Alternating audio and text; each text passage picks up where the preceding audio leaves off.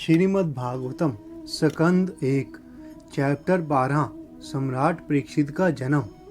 जय श्री कृष्ण दोस्तों, इस अध्याय में बताया गया है कि किस प्रकार महाराज परीक्षित का जन्म हुआ और पिछले अध्याय यानी कि 11वें अध्याय में बताया गया था कि जब भगवान श्री कृष्ण ने द्वारका में प्रवेश किया तो उनका स्वागत किस प्रकार हुआ। अगर आप लोगों ने वह वीडियो नहीं देखी है तो ऊपर आई बटन में उसका लिंक है, आप वो वीडियो देख सकते हैं। तो चलिए शुरू करते हैं आज की वीडियो। चैप्टर 12 सम्राट परीक्षित का जन्म। शौनक मुनि जी ने सूत गोस्वामी जी से कहा, महाराज परीक्षित की माता उत्तरा का गर्भ अश्वत्थामा द्वारा छोड़े गए अत्यंत भयंकर तथा अजय ब्रह्मास्त्र द्वारा विनिष्ट कर दिया गया, लेकिन परमेश्वर ने महाराज परीक्षित को बचा लिया। अत्यंत बुद्धिमान तथा महान भक्त महाराज परीक्षित उस गर्भ से कैसे उत्पन्न हुए, उनकी मृत्यु किस तरह हुई और मृत्यु के बाद उन्होंने कौन सी गति प्राप्त की, हम सभी अत्यंत आदर पूर्वक उनके महाराज परीक्षित के विषय में सुनना चाहते हैं।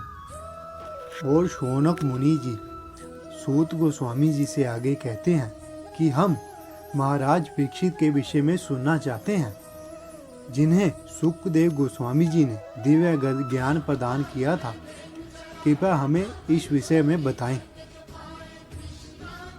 सूत गोस्वामी जी ने शौनक मुनि को कहा कि सम्राट युधिष्ठिर ने अपने राज्य काल में सबों के ऊपर उदार पूर्वक शासन चलाया। वह उनके पिता तुल्य ही थे, उन्हें कोई व्यक्तिगत आकांक्षा नहीं थी और भगवान श्री कृष्ण के चरण कमलों की निरंतर सेवा करते रहने के कारण वह सभी प्रकार की इंद्रिय तृप्ति से विरक्त थे। महाराज युधिष्ठिर की सांसारिक उपलब्धियां सद्गति प्राप्त करने के लिए किए गए जाने वाले यज्ञों, उनकी महारानी, उनके पराक्रमी भाइयों, उनके भूभाग, पृथ्वी ग्रह का उनका सार्वभौम आधिपत्य तथा उनकी ख्याति आदि के समाचार स्वर्ग लोक तक पहुंच गए। है ब्राह्मणों, राजा का ऐश्वर्य इतना मोहक था कि स्वर्ग के निवासी भी उनकी आकांक्षा करने लगे थे, लेकिन क्योंकि वह भगवान की सेवा में तल्लीन रहते थे, अतएव उन्हें भगवान की सेवा के अतिरिक्त कुछ भी तुष्ट नहीं करता था। सूत गोस्वामी जी शौनक जी को आगे कहते हैं कि जब महान योद्धा बालक महाराज परीक्षित अपनी माता उत्तरा के गर्भ में थे और अश्वत्थामा द्वारा छोड़े गए ब्रह्मास्त्र के ताप से पीड़ित थे, तो उन्होंने परमेश्वर को अपनी ओर आते देखा। वह भगवान केवल अंगूठा भर ऊंचे थे, किंतु वह थे पूर्णत दिव्य। उनका शरीर अत्यंत सुंदर श्याम वर्ण का तथा अचूक था और उनका वस्त्र बिजली के समान चमचमाता पीत वर्ण का तथा उनका मुकुट सोने का था। बालक ने उन्हें इस रूप में देखा। भगवान 4 भुजाओं से युक्त थे, उनके कुंडल सोने के थे और आंखें क्रोध से रक्त जैसी लाल थी। जब वह चारों ओर घूमने लगे तो उनकी गदा उनके चारों ओर गिरते तारों की भांति निरंतर चक्कर लगा रही थी। भगवान उस ब्रह्मास्त्र के तेज को विनिष्ट करने में इस प्रकार संलग्न थे, जिस तरह सूर्य ओस की बूंदों को उड़ा देते हैं। वह बालक को दिखाई पड़े तो वह सोचने लगा कि वह कौन थे। इस प्रकार बालक के देखते देखते प्रत्येक जीव के परमात्मा तथा धर्म के पालक पूर्ण पुरुषोत्तम भगवान, जो सारी दिशाओं में व्याप्त हैं और काल तथा देश की सीमाओं से परे हैं, तुरंत अंतर्ध्यान हो गए। तत्पश्चात जब क्रमश सारी राशि तथा नक्षत्रों से शुभ लक्षण प्रकट हो गए, तब पांडु के उत्तराधिकारी ने जन्म लिया, जो पराक्रम में उन्हीं के समान था। महाराज परीक्षित के जन्म से अत्यंत संतुष्ट हुए राजा युधिष्ठिर ने जात संस्कार करवाया धूम्य, कृप इत्यादि विद्वान ब्राह्मणों ने शुभ स्तोत्रों का पाठ किया। पुत्र के जन्म लेने पर राजा ने ब्राह्मणों को सोना, भूमि, ग्राम, हाथी, घोड़े तथा उत्तम अन्न दान में दिए, क्योंकि वह जानते थे कि कैसे, कहाँ और कब दान देना चाहिए। राजा के दान देने से अत्यधिक संतुष्ट विद्वान ब्राह्मणों ने राजा को पुरुओं में प्रधान कहकर संबोधित किया और बताया कि उनका पुत्र निश्चय ही पुरुओं की परंपरा में है। ब्राह्मणों ने कहा, यह निष्कलंक पुत्र आप पर अनुग्रह करने के लिए सर्वशक्तिमान तथा सर्वव्यापी भगवान विष्णु द्वारा बचाया गया है। उसे तब बचाया गया जब वह अति देवी अस्त्र द्वारा नष्ट होने ही वाला था। इस कारण यह बालक संसार में विष्णु रात भगवान द्वारा यानी कि भगवान द्वारा रक्षित नाम से विख्यात होगा।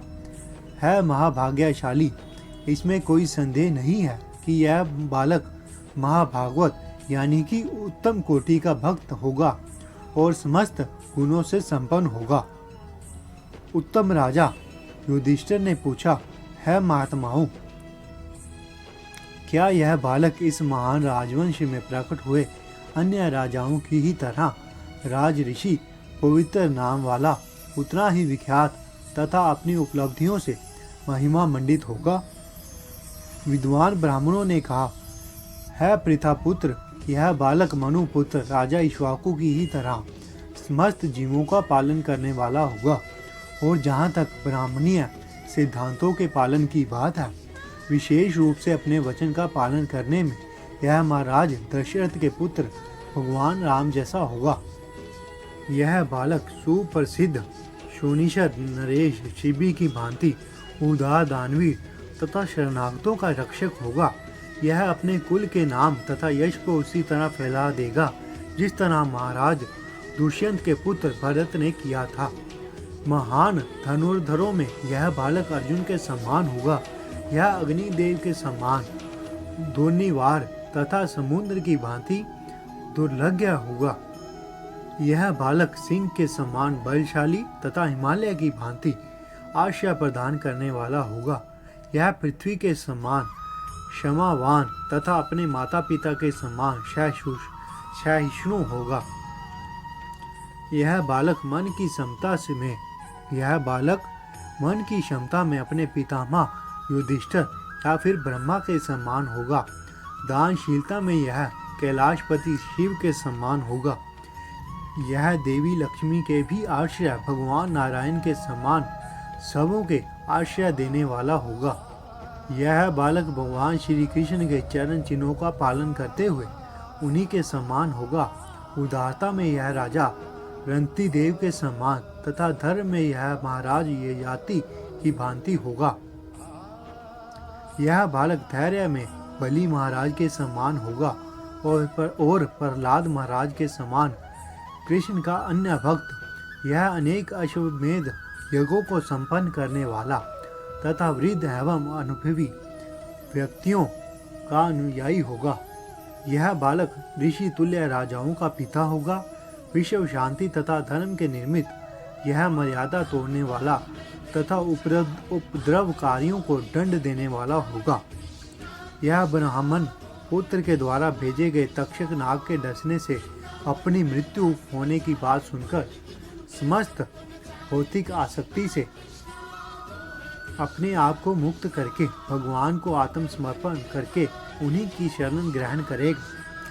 व्यास देव के महान दार्शनिक पुत्र से समुचित आत्मज्ञान के विषय में जिज्ञासा करने पर वह सारी भौतिक आसक्ति का परित्याग करेगा और निर्भय जीवन प्राप्त करेगा। इस प्रकार जो लोग ज्योतिष ज्ञान में तथा जन्म उत्सव संपन्न करने में पटु थे, उन्होंने इस बालक के भविष्य के विषय में राजा युधिष्ठिर को उपदेश दिया। फिर प्रचुर दक्षिणा प्राप्त करके वह अपने घरों को लौट गए। इस तरह यह पुत्र संसार में परीक्षित नाम से विख्यात हुआ, क्योंकि यह उन व्यक्ति की खोज करने के लिए सारे मनुष्यों का परीक्षण करेगा जिन्हें इसने अपने जन्म के पूर्व देखा है। इस तरह यह निरंतर भगवान का चिंतन करता रहेगा। जिस तरह शुक्ल पक्ष में चंद्रमा प्रतिदिन बढ़ता जाता है, उसी तरह यह राजकुमार शीघ्र ही अपने रक्षक पितामहों की देखरेख तथा सुख सुविधा के बीच तेजी से विकास करने लगा। इसी समय राजा युधिष्ठिर सब जनों से युद्ध करने के कारण किए गए पापों से मुक्ति पाने के लिए अश्वमेध यज्ञ करने पर विचार कर रहे थे, लेकिन उन्हें कुछ धन प्राप्त करने की चिंता सवार थी, क्योंकि लगान तथा जुर्माने से एकत्र कोष के अतिरिक्त और कोई धन संग्रह न था। राजा की हार्दिक इच्छाओं को जानकर उनके भाइयों ने अचूक भगवान श्री कृष्ण की प्रेरणा अनुसार उत्तर दिशा से प्रचुर धन एकत्र किया। उस धन से राजा 3 अश्वमेध यज्ञों के लिए सामग्री उपलब्ध कर सके।